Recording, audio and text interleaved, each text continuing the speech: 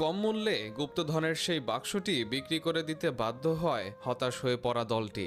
তবে বিক্রির পরেই এক চমকপ্রদ সত্য তাদের সামনে আসে। বাক্সটি আসলে পিতলের নয়, বরং পুরোটাই ছিল খাঁটি সোনার তৈরি। এখন সবার মনে একটাই প্রশ্ন, হারানো এই মহামূল্যবান বাক্সটি কি আদৌ উদ্ধার করা সম্ভব হবে তাদের পক্ষে?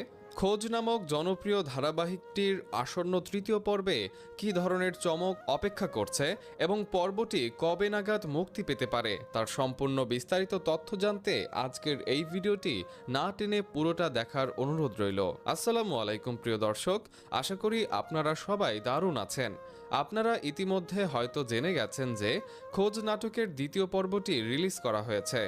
যারা এই পর্বটির জন্য দীর্ঘদিন ধরে অপেক্ষা করছিলেন এবং অসংখ্য মন্তব্য করে যাচ্ছিলেন, তাদের সুবিধার্থে আমাদের ভিডিওর ডেসক্রিপশন বক্সে একটি লিংক যুক্ত করা হয়েছে।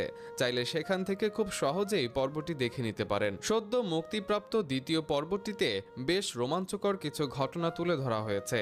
সেখানে দেখানো হয় সুমন ও তার বন্ধুরা বহু কষ্টে পাওয়া গুপ্তধনের বাক্সটি ভাঙার পর ভেতরে শূন্যতা ছাড়া আর কিছুই আবিষ্কার করতে পারে না, যার ফলে তাদের মাঝে চরম হতাশা নেমে আসে। এরপর তারা ভুলবশত সেই অমূল্য বাক্সটি সামান্য পিতল ভেবে এক হকারের কাছে নামমাত্র মূল্যে হস্তান্তর করে দেয়। কিন্তু আসল সত্যটি যখন তাদের সামনে উন্মোচিত হয় যে ওটা সোনায় মোড়ানো ছিল, তখন পরিস্থিতি সম্পূর্ণ বদলে যায়। এখন দেখার বিষয় হলো সুমন এবং তার দল কি সেই হকারের কাছ থেকে পুনরায় বাক্সটি নিজের কবজায় নিতে সক্ষম হবে? এই বিষয়ে আপনাদের ব্যক্তিগত মতামত কি তা অবশ্যই আমাদের কমেন্ট বক্সে লিখে জানাবেন। আসন্ন তৃতীয় পর্বেই এই গুপ্তধনের বাক্সের পেছনের সমস্ত রহস্য পরিষ্কার হয়ে যাবে। সুতরাং কোনোভাবেই পরবর্তী পর্বটি মিস করা চলবে না। এখন নিশ্চয়ই জানতে ইচ্ছে করছে নতুন পর্বটি কবে নাগাদ প্রকাশ পাবে। রিলিজের তারিখ জানার আগে চ্যানেলটি সাবস্ক্রাইব করার পাশাপাশি আপনি কোন জেলা থেকে আমাদের সাথে যুক্ত হয়েছেন তা জানাতে ভুলবেন না। যেহেতু দ্বিতীয় পর্বটি মাত্রই রিলিজ হয়েছে, তাই নতুন পর্বের জন্য সামান্য কিছুদিন তো অপেক্ষা করতেই হবে দর্শকদের।